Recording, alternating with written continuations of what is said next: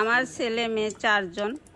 আমার ছোট ছেলে বাসায় যতই সুস্বাদু মাছ রান্না করি না কেন সে মাছ খাবেই না, প্রয়োজনে না খেয়ে থাকবে।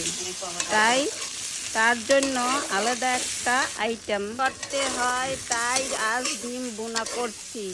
একজনের জন্য করলে বাকি 3 জন মন খারাপ করতে পারে, তাই বাকি 3 জনের জন্য করছি। ডিমটা যে আলাদা করে রাখলাম, তারপরে পেঁয়াজ রসুন আদা দিয়ে গরম মশলা দিয়ে বোনা করলাম, মরিচের গুঁড়া হলুদের গুঁড়া দিলাম, তারপরে একটু পানি দিয়ে নাড়াচাড়া করলাম।